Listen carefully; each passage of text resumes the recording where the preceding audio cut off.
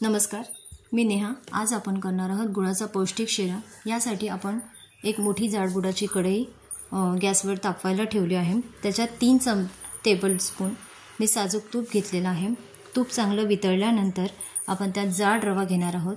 1 वाटी जाड रवा साठी मी 1 वाटी गूळ हे प्रमाण घेतलेलं आहे। रवा आपण चांगला भाजणार आहोत।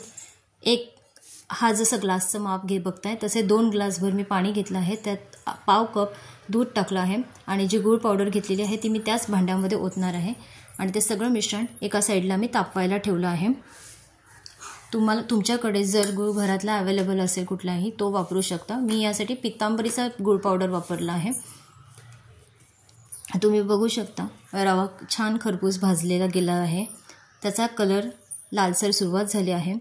आपण जे पाणी करायला ठेवलं होतं गरम ते आपण हळूहळू याच्यात ओतणार आहोत, जेणेकरून याच्यात कुठल्याही प्रकारच्या गुठळ्या होणार नाहीत, म्हणून आपण ते हळूहळू पाणी टाकतो आहे।